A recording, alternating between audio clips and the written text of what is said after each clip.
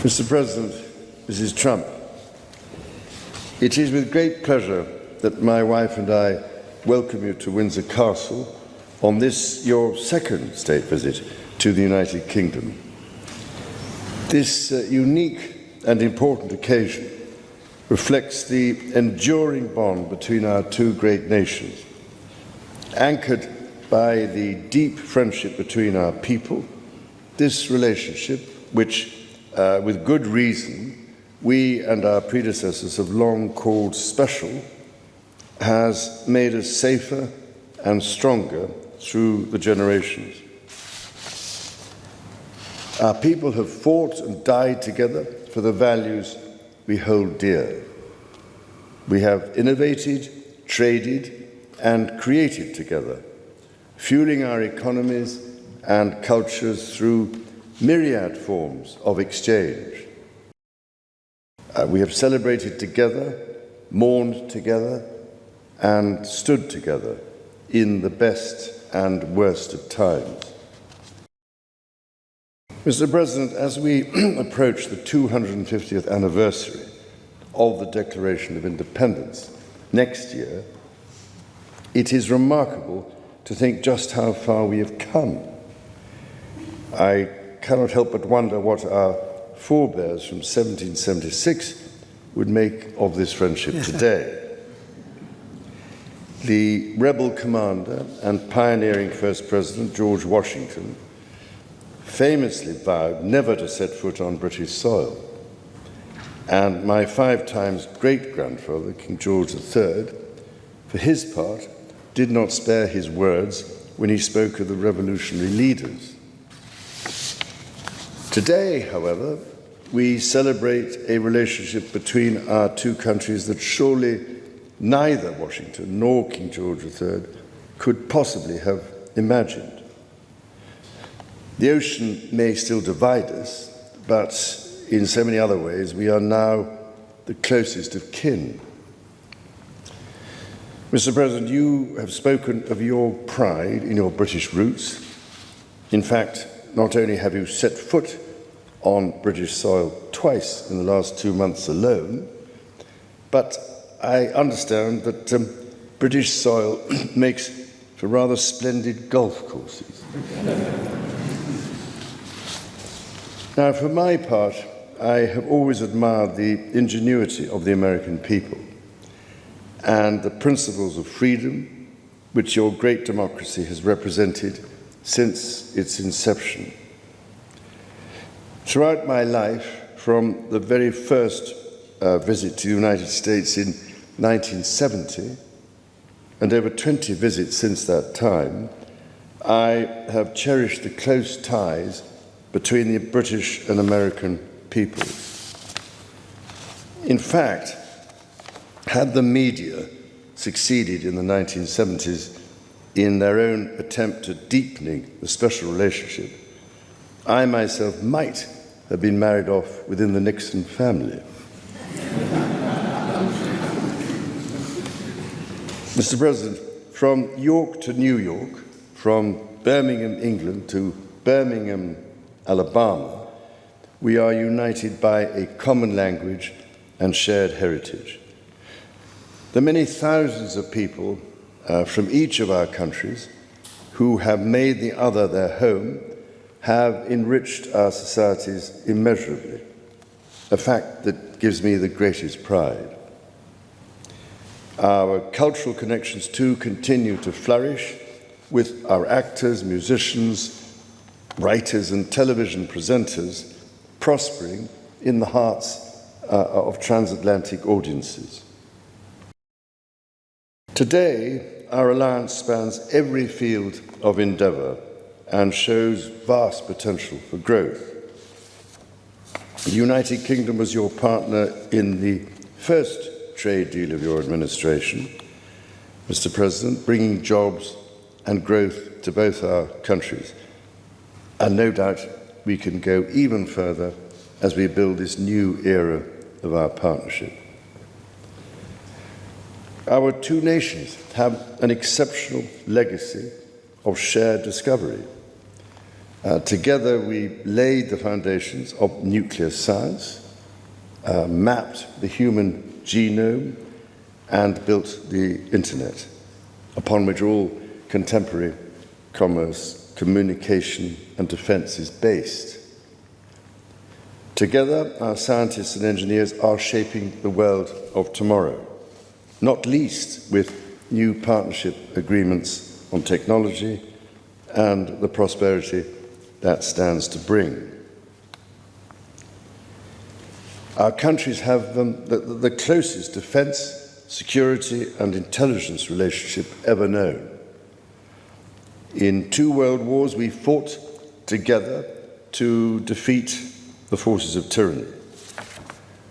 Today, as tyranny once again threatens Europe, we and our allies stand together in support of Ukraine to deter aggression and secure peace. And our AUKUS submarine partnership with Australia sets the benchmark for innovative and vital collaboration. The successes of the British Redcoats and of George Washington's Continental Army today stand shoulder to shoulder, brothers and sisters in arms, protecting the freedoms we both cherish. Our countries are working together in support of crucial diplomatic efforts, not least of which, Mr. President, is your own personal commitment to finding solutions to some of the world's most intractable conflicts in order to secure peace. In striving for a better world, we also have a precious opportunity to safeguard and to restore the wonders and beauty of nature for the generations who follow us. We share the ambition and determination to preserve our majestic lands and waters, above all, to ensure that we have clean water, clean air, and clean food. Our legacy for the next 250 years and beyond is to ensure that our children, grandchildren, and those who come after them can experience the awe and magnificence of the natural treasures found in the countryside, on the coasts, in the seas, and in the national parks established by your predecessors and mine. Mr. President, Mrs. Trump, the bond between our two nations is indeed a remarkable one. Forged in the fire of conflict, it has been fortified through our shared endeavors and burnished by the deep affection between our people. Tested time and again, it has borne the weight of our common purpose and raised our ambition for a better world. So, in renewing our bond tonight, we do so with unshakable trust in our friendship and in our shared commitment to independence and liberty. Therefore, as we celebrate this unparalleled partnership, allow me to propose a toast to President Trump and the First Lady, and to the health, prosperity, and happiness of the people of the United States of America. Your Majesty, Melania and I are deeply grateful to you and Queen Camilla for your extraordinary graciousness. And to William and Kate, thank you so much. It's been so great being with you today. Thank you very much. Appreciate it. It's a singular privilege to be the first American president welcomed here. And if you think about it, it's a lot of presidents, and this was the second state visit, and that's the first, and maybe that's going to be the last time. I hope it is, actually. But this is truly one of the highest honors of my life. Such respect for you and such respect for your country. For many decades, His Majesty the King has epitomized the fortitude, nobility, and the spirit of the British monarchy and the British people. He's dedicated himself to preserving the glory and unique character of this kingdom, restoring life to the rivers and streams, supporting the works of its artists and composers, planting trees and gardens in its countryside. And I just visited one of the most beautiful I've ever seen that you just completed, and protecting the architectural integrity of cities, villages, and towns. He has uplifted the poor, cared for rural farmers, and tended to wounded veterans like nobody else. I'll tell you that I just stood in line and shook about 150 hands, and the king knew every single person and every single company, and some of them had bad names like XYZ-Q3, and he knew every one of them, or at least I think he did, because nobody was complaining. I was very impressed with that. But I just want to say that His Majesty has also raised a remarkable son in His Royal Highness Prince of Wales. Really amazing. We've gotten to know you, and I think you're going to have an unbelievable success in future. Melania and I are delighted to visit again with Prince William and to see Her Royal Highness Princess Catherine, so radiant and so healthy, so beautiful. It's really a great honor. Thank you. Many years ago, His Majesty opened his archives to a biographer. Among the documents was a letter from 1993 in which he described the patriotism and guided his many projects. He wrote that he was, quote, entirely motivated by a desperate desire to put the great back into Great Britain. In the finest tradition of British sovereigns, he has given his whole heart, everything he's got, to those parts of Britain that are beyond the realm of mere legislation. It's not easy, but which define its essence and its virtue, its harmony, and its soul. It's an amazing calling, and there's nobody that's answered that calling like you have. A fifth of all of humanity speaks, writes, thinks, and prays in the language born on these isles and perfected in the pages of Shakespeare and Dickens and Tolkien, Lewis, Orwell, and Kipling. Incredible people, unbelievable people like we have rarely seen before, probably won't see again. The lion-hearted people of this kingdom defeated Napoleon, unleashed the Industrial Revolution, destroyed slavery, and defended civilization in the darkest days of fascism and communism. The British gave the world the Magna Carta, the modern parliament, and Francis Bacon's scientific method. They gave us the works of Locke, and Hobbes, Smith, and Burke, Newton, and Blackstone. The legal, intellectual, cultural, and political traditions of this kingdom have been among the highest achievements of mankind. There's really never been anything like it.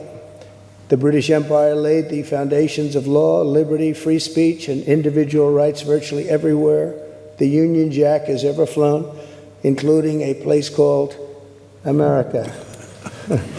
You know that place very well, don't you? His Majesty spoke eloquently about the bond which inspired Sir Winston Churchill, and the bust is in the Oval Office right now, the beautiful bust of Winston Churchill, to coin the phrase special relationship. But seen from American eyes, the word special does not begin to do it justice. We're joined by history and fate, and by love and language, and by transcendent ties of culture, tradition, ancestry, and destiny. We're like two notes in one chord, or two verses of the same poem, each beautiful on its own, but really meant to be played together. The bond of kinship and identity between America and the United Kingdom is priceless and eternal. It's irreplaceable and unbreakable, and we are, as a country, as you know, doing unbelievably well. We had a very sick country 1 year ago, and today, I believe we're the hottest country anywhere in the world. In fact, nobody's even questioning it, but we owe so much of that to you and the footing that you gave us when we started. Together, we've done more good for humanity than any two countries in all of history. Together, we must defend the exceptional heritage that makes us who we are, and we must continue to stand for the values and the people of the English-speaking world, and we do indeed stand for that. On behalf of all Americans, I offer a toast to one of the great friendships, to two great countries, and to His Majesty, King Charles III, a very, very special man, and also a very, very special queen. Thank you very much. Thank you. Thank you very much. It's a great honor to be with you.